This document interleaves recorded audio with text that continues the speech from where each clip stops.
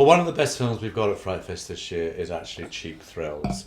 And the director is with me. And it's... Now listen, Evan, what's this E.L. Katz stuff? I mean, E.L. Evan, what is it? So when I first joined the union after doing Autopsy, which I think played 4 years ago, I was told that I couldn't have the same guild name as another person. So Evan Katz is the very successful creator of 24.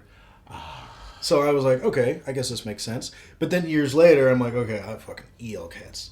But it's something that's sort of stuck with me. So I'm kind of like, okay, my credits for a long time have been E.L. Katz, but people should probably call me Evan. Right. It's my birth name. Like El Katz, I thought it was quite El good. Katz. El Katz. El Gato. Yes. That's my name from now on. I'm changing. Now, okay, why is this one your feature debut? And what was it about this one? And how did it get to you? And how did you get in the position to be able to direct it as your debut directing piece? Bumming around for 10 years in the genre, I think, I'd always wanted to direct when I went to film school. I didn't know really where I was going to land.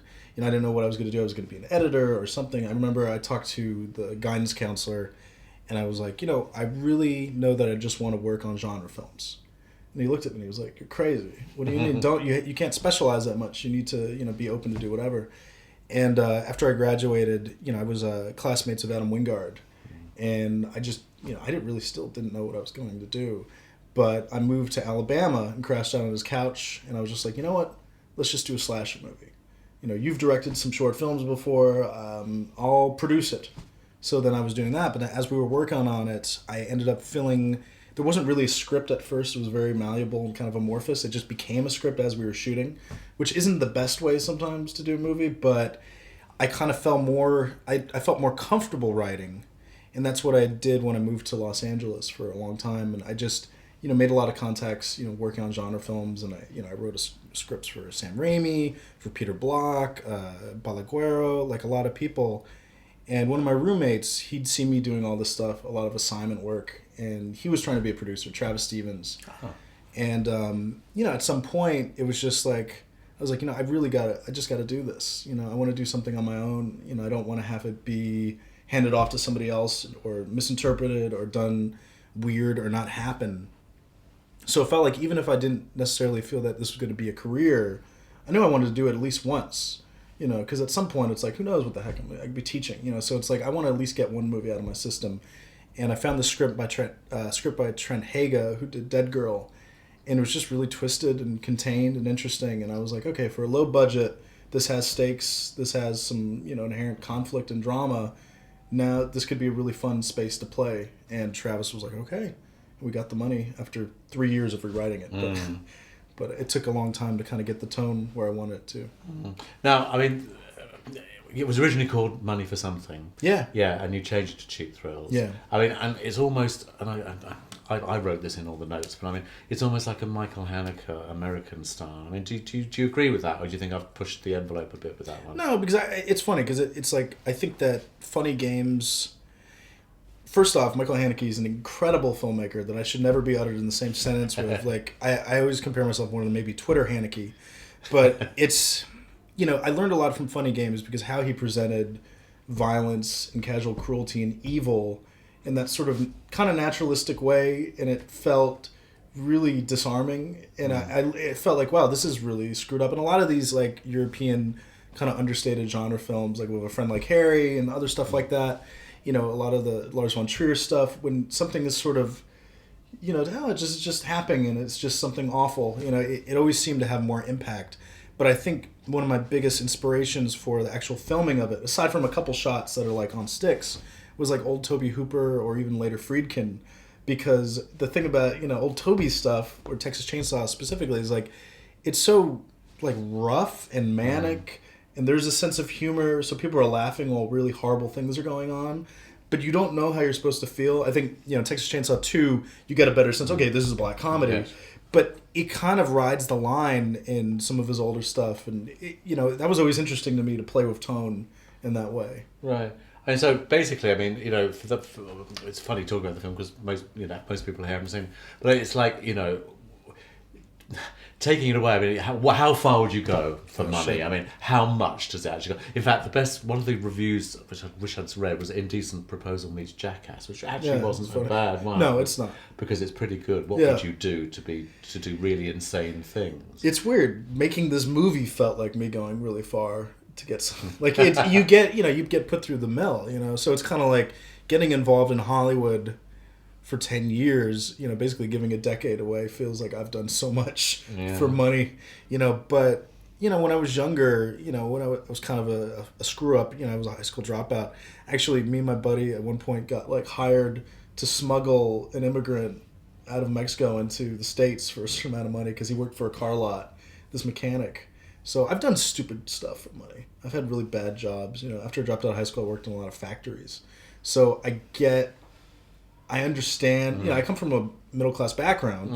I'm not blue collar, but I definitely had some really shit jobs and probably done some stupid things. The worst thing, perhaps the worst decision, they had these magazine traveling salesmen. Okay, they call them mag crews, and this was also during that time of like trying to figure out what the heck I'm supposed to do before I went to film school after dropping out of high school. And they're a really dodgy group. There's a lot of stories online about them where you go door to door, you sell magazine subscriptions. Seems normal enough, but they're like gypsy cults.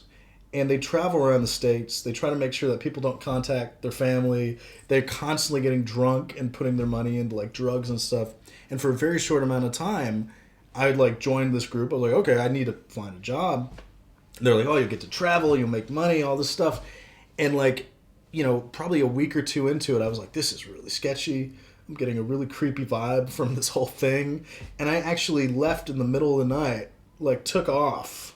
Wow. After one misfire attempt to leave, when like I tried to be convinced to stay, while one of the heads of the group kept on giving me booze and saying, "Hey, it's cool, man. You're gonna make your whole life. You get to see the world."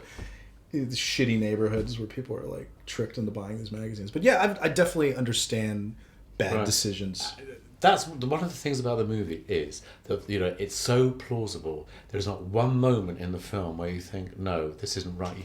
You really go along with it, and that's why I think it's why the film is so powerful as what it is. And the cast. I mean, come on, you've got the best cast to actually punch it across. I mean, how do you manage to get all that lot? We tricked them. We pretended that the budget was huge. Money. Offered them loads of money, which wasn't we there. didn't pay them anything. We barely paid them crap. I think. In some ways, there was something in it for all of them.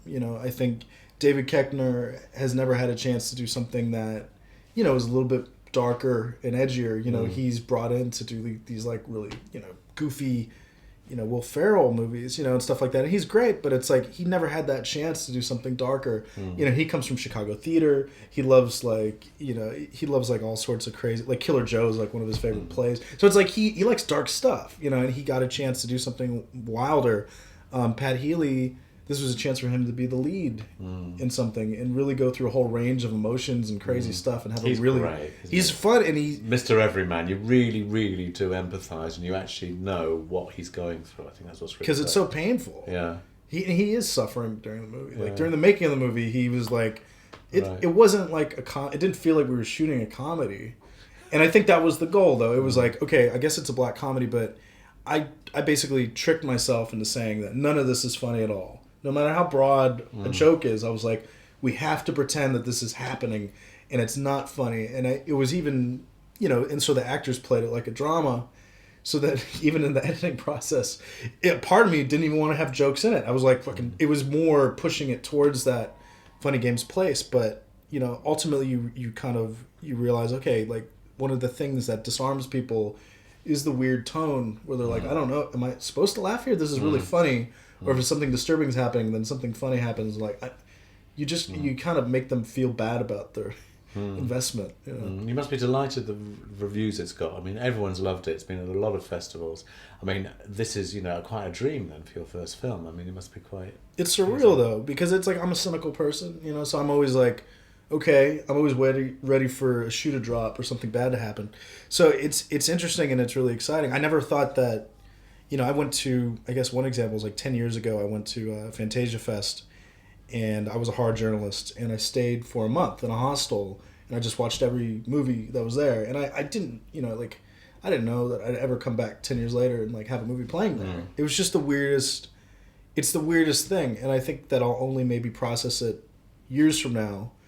I'd like to process it now, but it's just too much craziness, you know. Mm-hmm. And you're doing ABCs of Death too. Yeah, I'm doing it's ABCs. another director. Every director who comes through this door is doing an ABCs. Yeah, of Death well, they need too. a lot of them. Yeah. Well, have you chosen whatever letter number? Whatever, They gave me a letter. hieroglyph? They gave me a letter. I can't. Apparently, it's a secret. Oh, okay.